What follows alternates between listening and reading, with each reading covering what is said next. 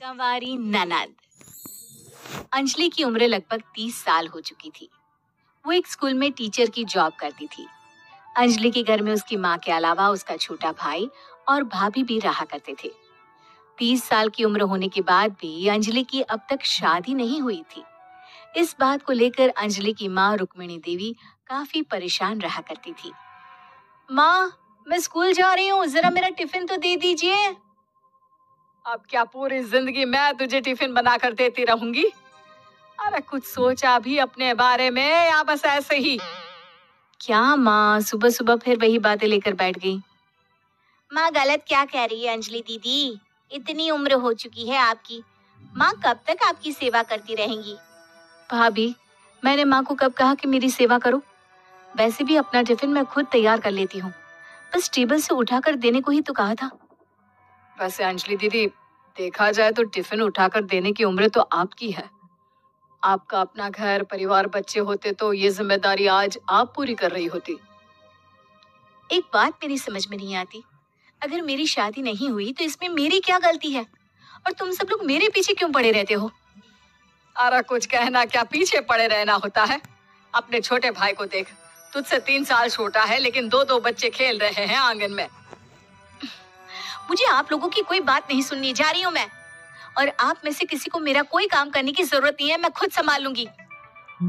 इतना कहकर अंजलि वहां से चली जाती है। शाम को जब अंजलि अपने स्कूल से लौटकर घर वापस आती है तो उसने देखा कि पड़ोस वाली निर्मला चाची वहां पर बैठी हुई थी।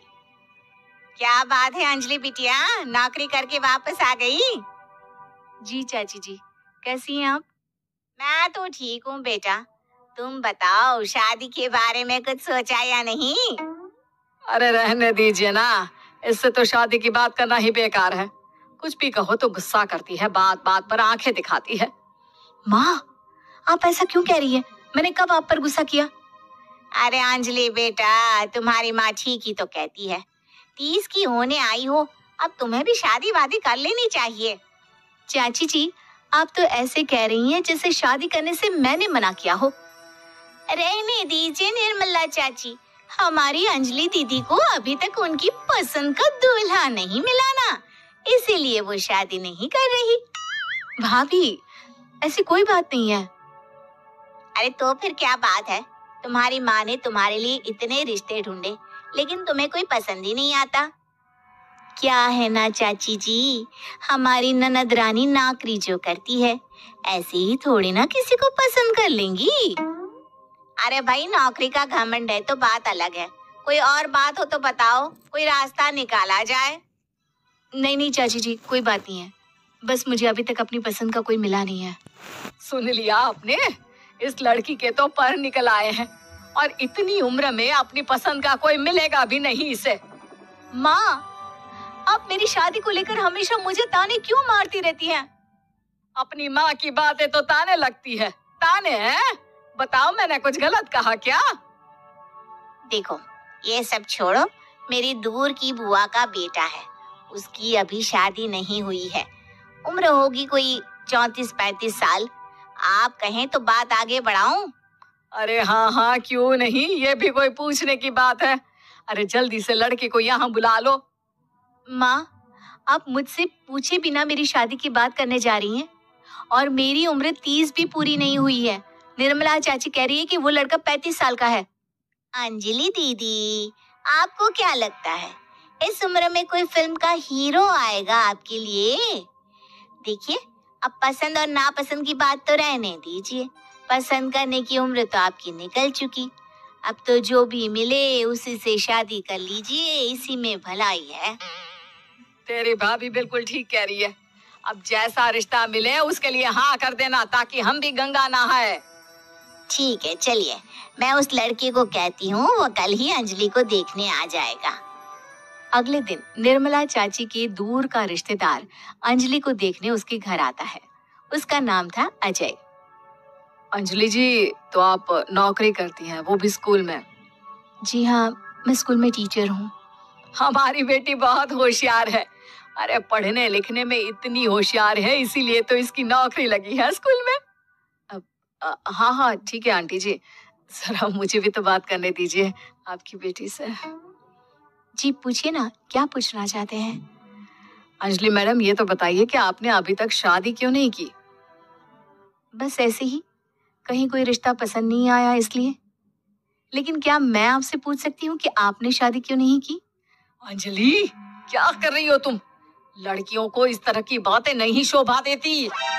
रहने दीजिए आंटी जी, आपकी बेटी काफी पढ़ी लिखी है। मैं उनके सवाल का जवाब दे ही देता हूँ। वो क्या है ना, मुझे भी अभी तक अपनी पसंद की कोई लड़की नहीं मिली। अच्छा अच्छा, कोई बात नहीं। वैसे आपकी तनख्वाह कितनी है? कितना कमा लेती है महीने का? जी यही कोई 25,000 महीने। बस 25,000? इतने से क्या होता है? इतने से तो आजकल घर भी नहीं चलता। आपके कहने का क्या मतलब है?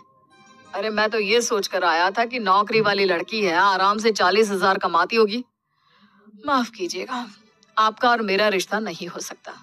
जी कोई बात नहीं, मुझे भी आपके साथ शादी करने में कोई इंटरेस्ट नहीं है। अंजलि, किस तरह की बात कर रही हो? घर आए रिश्ते को ठुकरा रही हो तुम। दीदी, अब इस उम्र में आपको इतनी अकड़ नहीं दिखानी चाहिए। अच्छा खासा रिश्ता हाथ से निकल गया, कहीं ऐसा ना हो कि जिंदगी भर कुंवारी ही रह जाओ आप। कुछ दिन और ऐसे ही निकल जाते हैं और अंजलि की शादी कभी नहीं होती।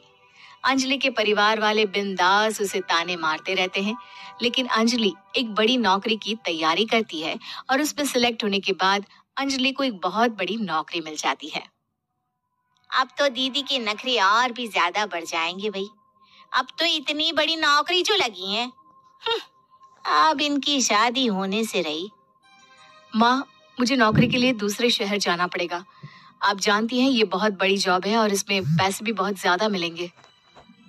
अच्छा, कितने पैसे मिलेंगे बेटा? माँ, मुझे हर महीने 90,000 सैलरी मिलेगी।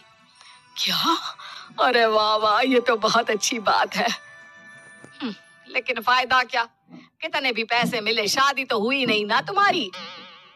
अंजलि नौकरी करने के लिए दूसरे शहर में चली जाती है और जब कुछ महीनों के बाद वो वापस घर आती है तो उसे अपने पति के साथ देखकर उसके घर वाले हैरान रह जाते हैं। अरे अंजलि, तूने शादी कर ली और हमें बताया तक नहीं। और दामाद जी करते क्या है? इतनी बड़ी कार है उनकी। माँ, मैं आपको सब कुछ बताना चाहती थी, लेकिन आप सबके ताने सुनकर बहुत दुखी हो गई थी और इसलिए मैंने अपनी पसंद से शादी कर ली। मेरे पति मेरे साथ ही ऑफिस में नौकरी करते हैं और बहुत बड़े अफसर हैं। और एक बात बताऊं माँ, आज मैं बहुत खुश हूँ।